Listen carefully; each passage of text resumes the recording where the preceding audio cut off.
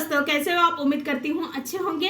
रोज की तरह आज मैं आप लोगों के लिए लाई हूँ बहुत ही बेहतरीन किचन की टिप्स। और ये ऐसे टिप्स है जिसे फॉलो करके यूज करके आप अपना टाइम बचा सकते हैं। ना सिर्फ अपना टाइम बचा सकते हैं बल्कि आप अपने पैसे भी ढेरों बचा सकते हैं। तो चलिए जानते हैं कौन सी वो टिप्स एंड ट्रिक्स। और आप मेरे चैनल में नए हो तो प्लीज मेरे चैनल को सब्सक्राइब करें, मेरे वीडियोस को लाइक करें और शेयर करना ना भूलें। तो चलिए जानते हैं कौन सी वो टिप्स एंड ट्रिक्स। सबसे पहले टिप्स एंड ट्रिक्स है केक को लेकर। अक्सर क्या होता है, हम लोग जब केक बनाते हैं तो केक बनाते वक्त हमको अवन की ज़रूरत पड़ती है। लेकिन अगर आपके पास में अवन नहीं है और आपको केक बनाना है तो आप इस तरह से अवन बनाकर केक बना सकते हैं। तो करना क्या है, आप एक बर्तन लेना है, पतीला जो भी जिसमें भी आप मतलब कि बेकिंग करने वाले हैं तो वो लेना है। उसके बाद में इसमें ही नमक डालना है। आप चाहे तो जो रेती रहता है ना, रेत, वो भी डाल सकते हैं। तो ये देखिए, इसके ऊपर में अगर आप को जो केक बना रहे हो वो बर्तन को रखोगे तो आपकी जो केक है वो अच्छी तरह से बन जाएगी। मतलब आपको अवन की ज़रूरत नहीं पड़ेगी। ये देखिए, तो मैंने क्या की हूँ, एक छोटा सा प्लेट रख दी हूँ, उसके ऊपर में देखिए इस तरह से, या फिर स्टैंड रख ले। तो इसके ऊपर में अगर आप रखोगे केक बनाने के लिए तो आपको बिल्कुल भी कुछ करने की ज़रूरत नहीं पड़ेगी और आपकी जो केक है वो बहुत ही अच्छी तरह से बन भी जाएगी। तो हमारी हीटर जो है वो बन गया है। देखिए, तो मैं हीटर को क्या करूँगी, प्री हीट करने के लिए रख दूँगी।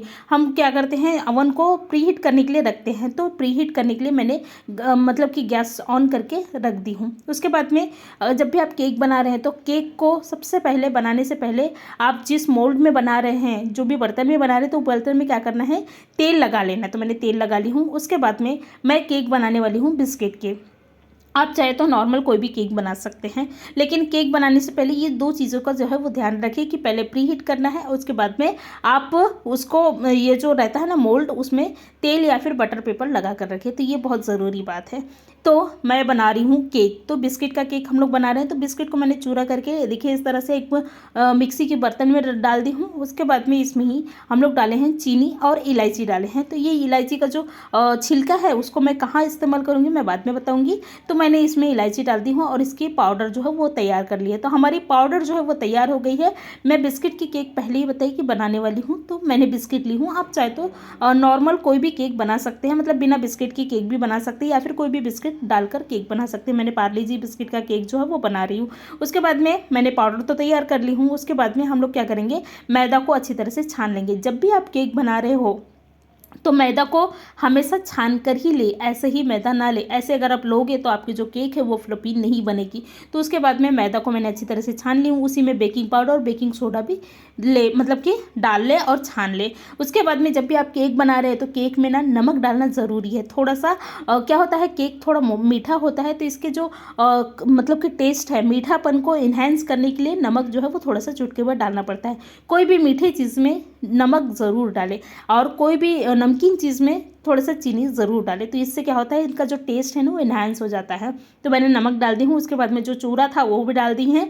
उसके बाद में पानी डाले हैं, तो एक खट्टे इसमें पानी नहीं डालना है, थोड़े थोड़े करके पानी डालें और इन्हें अच्छी तरह से फेंटना बहुत ज़रूरी है।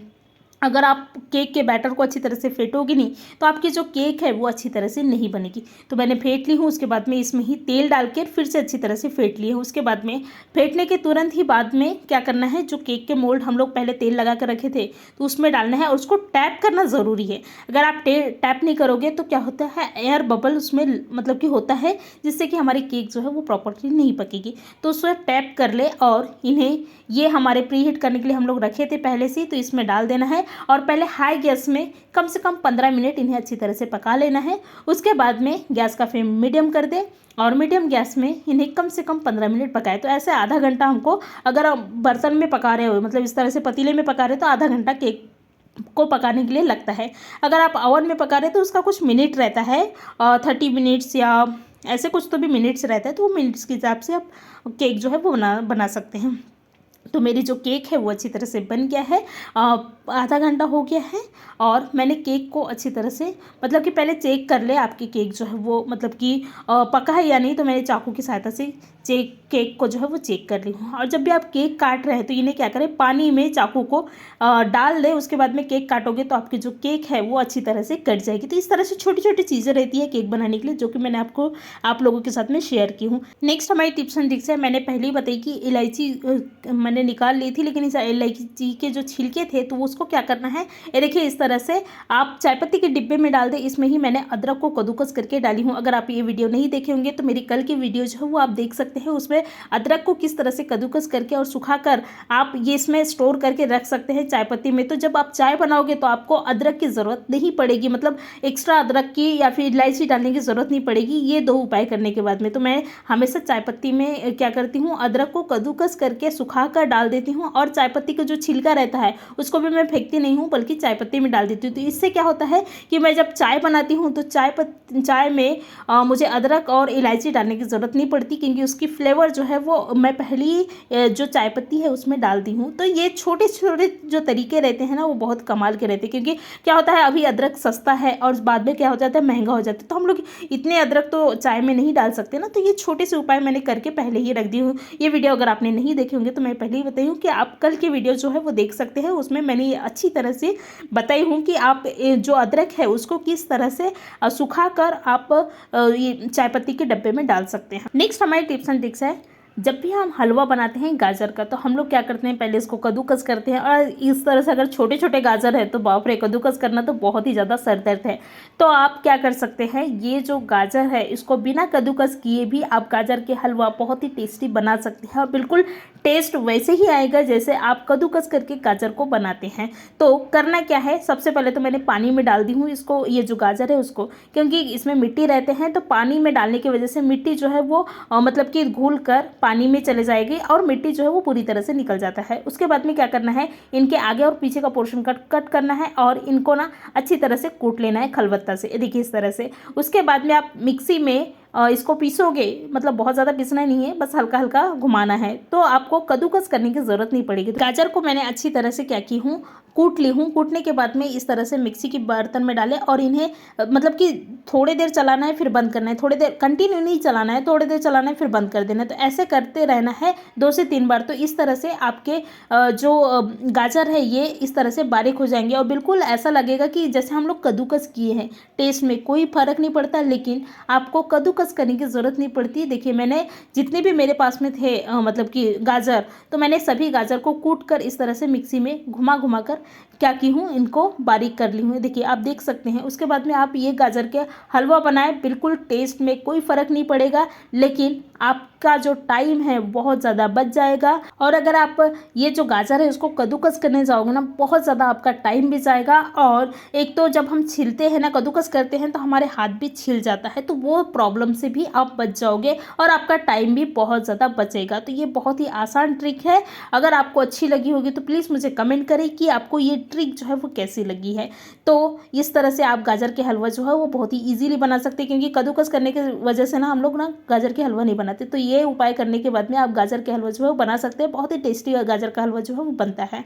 नेक्स्ट हमारे टिप्स एंड ट्रिक्स है चीकू को लेकर। अक्सर हम लोग चीकू खाते तो हैं, लेकिन क्या आपको पता है कि चीकू को तोड़ते कैसे, उसके जो गुदा है वो उसको कैसे निकालते हैं? क्योंकि हम नॉर्मली ऐसे चीकू को तोड़ते हैं, लेकिन ये पूरी तरह से गलत है। चीकू को कभी भी ऐसे नहीं तोड़ना है। आप क्या करें, इन्हें चाकू की सहायता से कट कर ले, देखिए इस तरह से।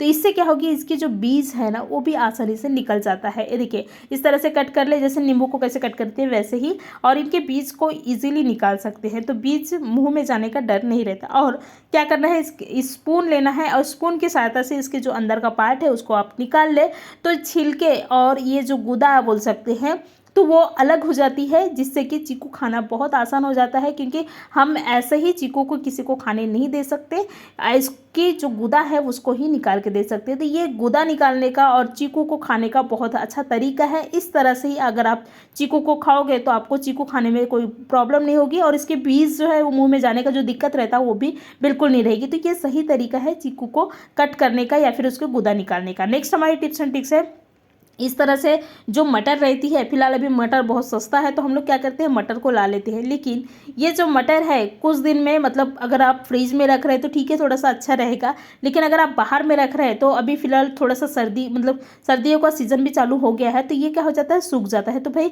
इनको छीलना बड़ा दिक्कत हो जाता है। तो अगर आपके मटर ऐसे ही सूख गए हैं तो आप क्या कर सकते हैं, इसमें ही पानी डालें, कम से कम 2 से 3 मैंने कप पानी डाली हूँ। उसके बाद में पानी डालकर इन्हें अच्छी तरह से एक बॉयल आने तक गर्म कर लेना है।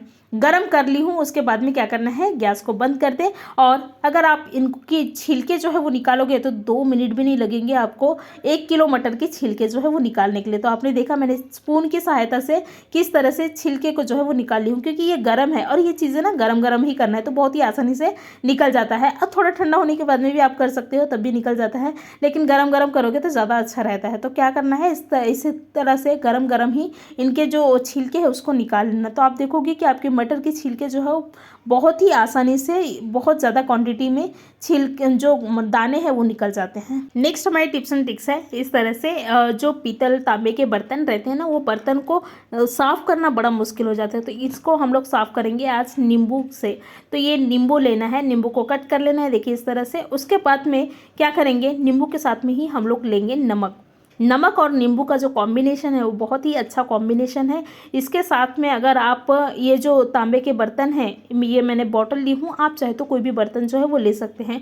तो वो अगर साफ़ करोगे तो बहुत ही आसानी से साफ़ हो जाती है और बिल्कुल चमक जाती है। तो मैंने नींबू और जो नमक है उसको लेना है, देखिए इस तरह से, और इन्हें घसते जाना है। मतलब थोड़ा टाइम लगता है, बहुत ज़्यादा टाइम नहीं, कम से कम 5 मिनट लगेंगे। उसके बाद में आप इन्हें अच्छी तरह से धो ले। तो मैंने घस ली हूँ, उसके बाद में मैंने धोकर बताई हूँ कितनी अच्छी तरह से मेरे जो तांबे के जो बॉटल है वो अच्छी तरह से कितनी मतलब कि चमक गया है। बिल्कुल कुछ करने की ज़रूरत नहीं है, बस नींबू लेना है और नमक लेना है और इनको साफ़ करना है। नेक्स्ट हमारी टिप्स एंड ट्रिक्स है, इस तरह से ककड़ी बोलो या फिर किसी भी छिलके हम लोग निकालते हैं तो क्या करते हैं, किचन काउंटर में कुछ भी चीज़ें नहीं रखते। लेकिन आप जब भी छिलके को निकाल रहे हो, मतलब कि छिलके निकाल रहे हो, देखिए इस तरह से, तो आप क्या करें, नीचे में कोई पॉलीथीन या फिर टिश्यू पेपर या फिर न्यूज़पेपर ज़रूर रखें। उससे क्या होगी, आपके जो किचन काउंटर है वो गंदा नहीं होगी। तो मैंने छिलके जो है वो निकाल ली हूँ, देखिए आप देख रहे हैं, और छिलके बिल्कुल नीचे ही जा रहा है और पॉलीथीन में ही जा रहा है, मतलब किचन काउंटर में नहीं जा रहा है। तो उससे क्या होगा, हमारा टाइम बचेगा, क्योंकि किचन काउंटर गंदा नहीं होगा तो हमारा टाइम भी मतलब कि बचेगा, क्योंकि इसको साफ करने में ही हमारा आधा टाइम जो है वो चला जाता है। तो इस तरह से आप क्या करें, पॉलीथीन को फोल्ड करें और आपके किचन काउंटर बिल्कुल साफ, मतलब कि कुछ करने की ज़रूरत नहीं है, बिना कुछ किए आपके किचन काउंटर जो है वो साफ़ हो जाती है, इतने सारे चीज़ों के छिलके निकालने के बाद में भी। तो ये छोटे छोटे उपाय रहते हैं लेकिन बहुत ज़्यादा काम के हैं। इनमें से कौन सी वीडियो आपको अच्छी लगी तो प्लीज़ मुझे नीचे कमेंट करें, तो मुझे भी अच्छा लगेगा। धन्यवाद।